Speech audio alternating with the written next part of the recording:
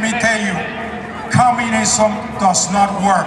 Socialism does not work.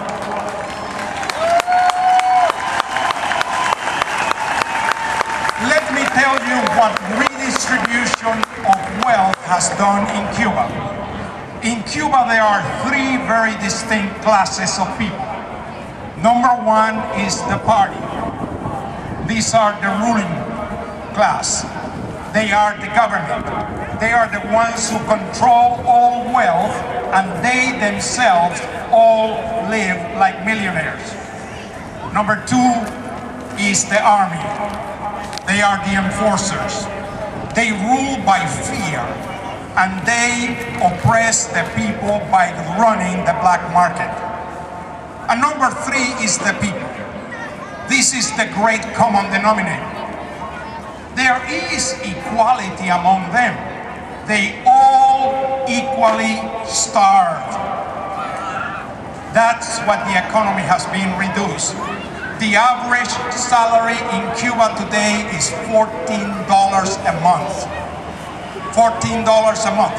Cuba, before Castro, had one of the richest economies in Latin America.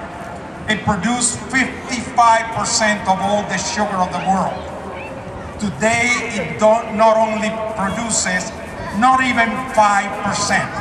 That is socialistic efficiency.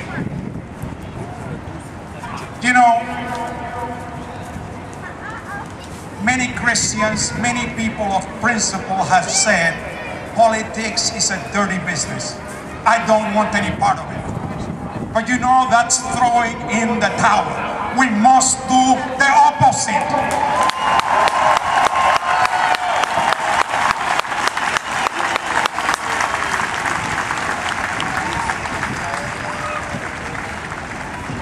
Edmund Burke once said, all that is necessary for evil to prevail is for good people to do nothing. We have a responsibility as Americans. We need to heed the wisdom of Proverbs 29 and 2 that says, when the righteous are in authority, the people rejoice. When the wicked rule, people mourn.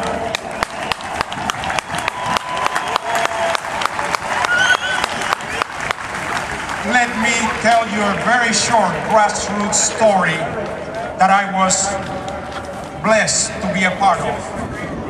In the late 1970s, this country was in turmoil. Interest rates were at 22%, inflation was at 18%. Because of a weak foreign policy of the current government at that time, Iran had taken many Americans as hostages for over a year. And then a great coalition of Christians, Jews, and people of principle united all across this country. And we were able to bring millions to the polls, and we retook back this country and brought the Reagan Revolution.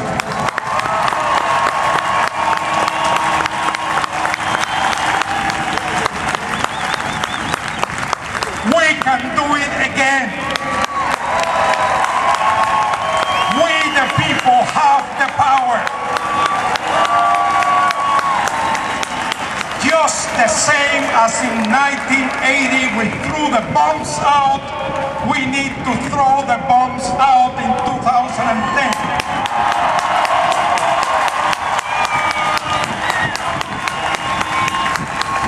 It is the responsibility of each and every one of us to become activists, to go and take this message to the masses that are being oppressed.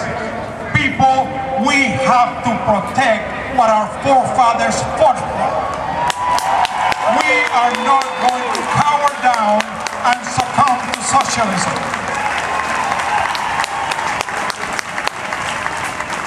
I remember when my son, Ted Cruz, was a child, and I remember I'll ask him often, if we lose our freedoms in this country, where do we go? Ask yourself that same question. If we lose our freedoms in this country, where are we going to go? This is a shining city on a hill. We got no place else to go, and we are going to retake that hill.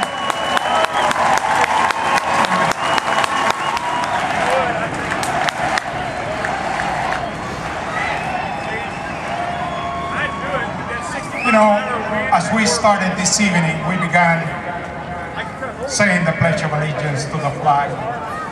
I remember my son, Ted, who served as Solicitor General in Texas for 5.5 years. One of the cases that he had to defend before the U.S. Supreme Court was the right to keep in the Pledge of Allegiance the words, "One nation under God." An atheist individual had challenged that, and that went all the way to the Supreme Court, where in the state of California. But my son, as Solicitor General of Texas, he wrote an amicus brief.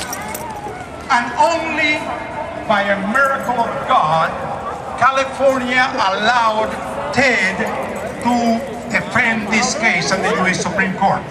And he won that case by unanimous decision at the Supreme Court. And because of that, we can still say one nation under God. Similarly, he was able to defend the 10 Commandments, the right to keep and bear arms, the Second Amendment, U.S. sovereignty from world court, and he is continuing this fight. Ted Cruz is going to be running for Attorney General of Texas in 2010, and we need to keep people of principle, conservatives in power. We need to take back this country. God bless you. God bless America.